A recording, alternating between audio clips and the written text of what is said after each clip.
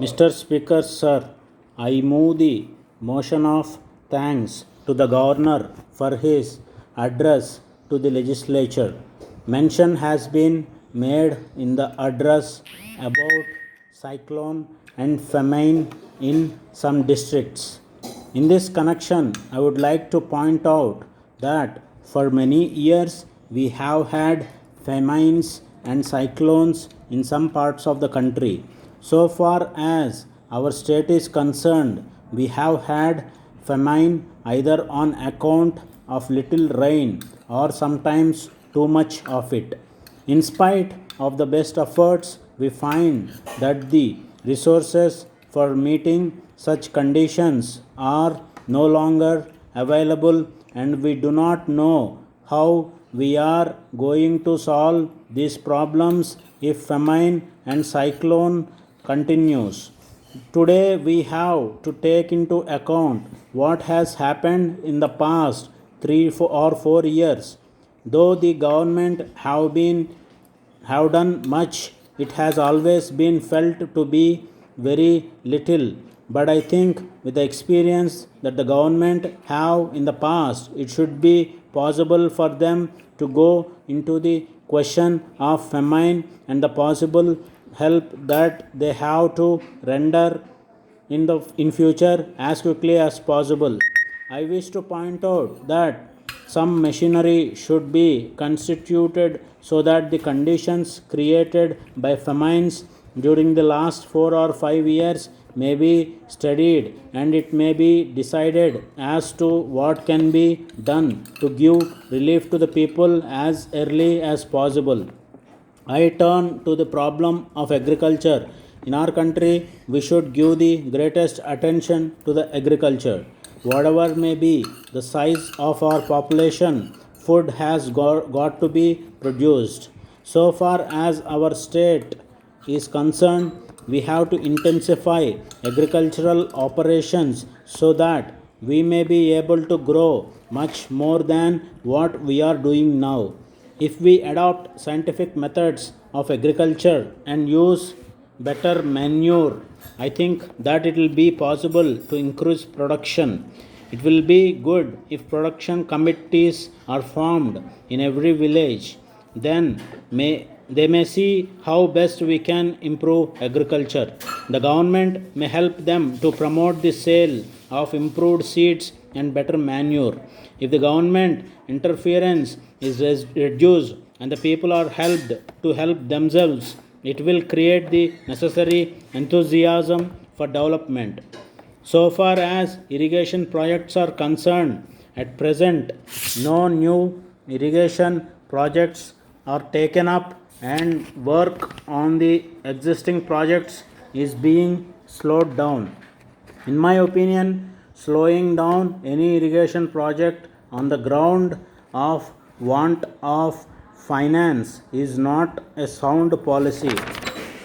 The greatest economy can be affected by completing the work so that the fields may be irrigated and production increased. I request that the irrigation schemes may be completed as early as possible, even by borrowing money if necessary.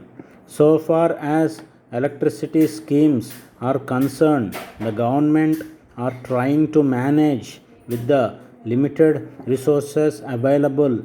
Whatever be our view of the welfare state, we must understand that unless we have the necessary resources, we cannot make much progress. There is a general feeling that the resources of a government are unlimited. If it is understood that the resources of the government have to come from the people, it will reduce the demand on the government to take up this scheme or that. At the same time, the interests of no region should be neglected. Minor irrigation schemes should be taken up wherever possible. After attaining independence, we have seen great development taking place in the country. Of course, we desire more progress, but we have achieved so much progress in spite of all difficulties. Letter from Kumaran Publishers, New Delhi to Messrs. Jack and Company, Chennai. Dear sirs, it will be a great thing if you can save a lot by reducing your office expenses. For this purpose, we have brought out a publication entitled Scientific Office Management. It will tell you how you can avoid waste in office expenses. We may tell you that the book is the result of a long research made by the author for many years. He is now really regarded as an authority on office management. We are glad to tell you that the book is a unique of its kind. In the first instance, it was published as a textbook for schools and colleges, but as there was great demand, it has now been revised so as to meet the requirements of office managers. It deals with the problems of office management and gives sound advice on how to meet them. It has not left out anything which should be said, and at the same time, nothing has been said which is unless for the purpose. As a matter of fact, the book will be a valuable guide to office managers and secretariats. Whatever be your line of business or problem, you are sure to profit by it.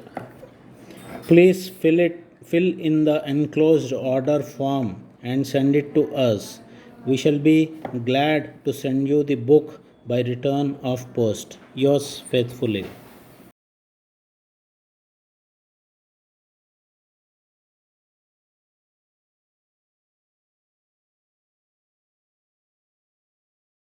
Deserve and desire should be the stenographer's motto. Thank you.